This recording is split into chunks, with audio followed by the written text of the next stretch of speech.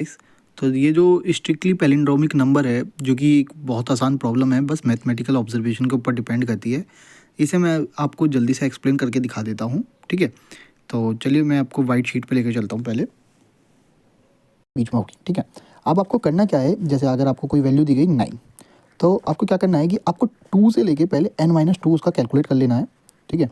तो n-2 इस case में क्या हो जाएगा, 9 - 2 7।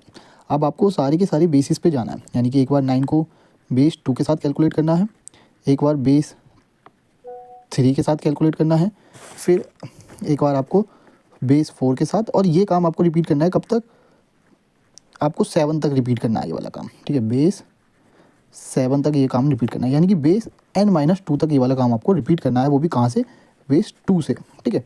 सिंपल सी बात है, आगे चलते हैं। चलो एक बार करके देख लेते हैं बेस 2 के लिए। तो देखो बेस 2 को जब आप करोगे तो बेस 2 का मतलब भाई रिमाइंडर आपको सबके स्टोर करने हैं उस नंबर से डिवाइड करते वक्त, ठीक है।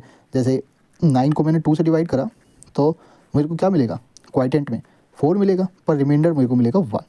फिर मेरे को पास 4 आया, 4 को मैंने 2 से डिवाइड करा तो मुझे क्या मिलेगा, क्वाइटेंट में 2 मिलेगा, पर रिमाइंडर मुझे मिलेगा 0। फिर मैंने 2 को 2 से डिवाइड करा, क्योंकि बेस तो हमारा 2 है तो अभी हम 2 से कर रहे हैं, रिमाइंडर मिलेगा क्वाइटेंट 1, रिमाइंडर 0। और फिर मैं जब 1 को 2 से डिवाइड करूँगा तो मुझे 1 ही मिल जाएगा। तो ये जब मैं यहाँ से नीचे से ऊपर की तरफ जाता हूँ तो ये मेरे को क्या मिला, बेस का आंसर मिला, ठीक है। अब मैं चेक कर सकता हूँ क्या ये पैलिंड्रोमिक है, हाँ बिल्कुल पैलिंड्रोमिक है, आगे से भी देखो पीछे से भी देखो तो सेम ही आंसर मिलेगा। तो ये हमारा केस हो गया ट्रू।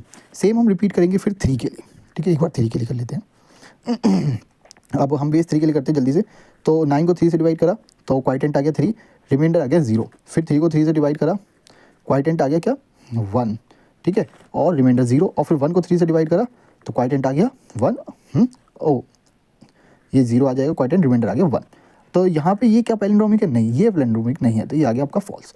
तो ये काम आपको सबके लिए करना है। तो यहाँ पे एक इंपॉर्टेंट प्रॉपर्टी आती है कि जब भी आप n-2 बेस के लिए जाओगे ना, जब भी बेस n-2 के लिए जाओगे, कोई भी नंबर हो तो आपको हमेशा आंसर जो मिलेगा 12 मिलेगा, ठीक है, हमेशा।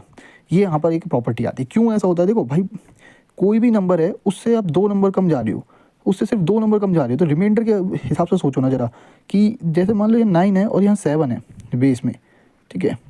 तो आप खुद सोचो सिर्फ 2 नंबर का फासला है रिमाइंडर में, है ना।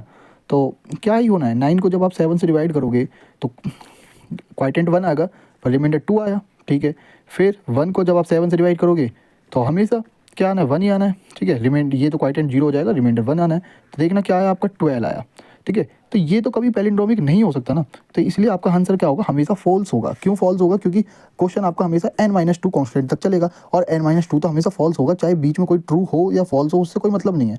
इसीलिए हमारा सीधा सा इस क्वेश्चन का आंसर हो जाता है रिटर्न फॉल्स, बहुत ही आसान सा, ठीक है।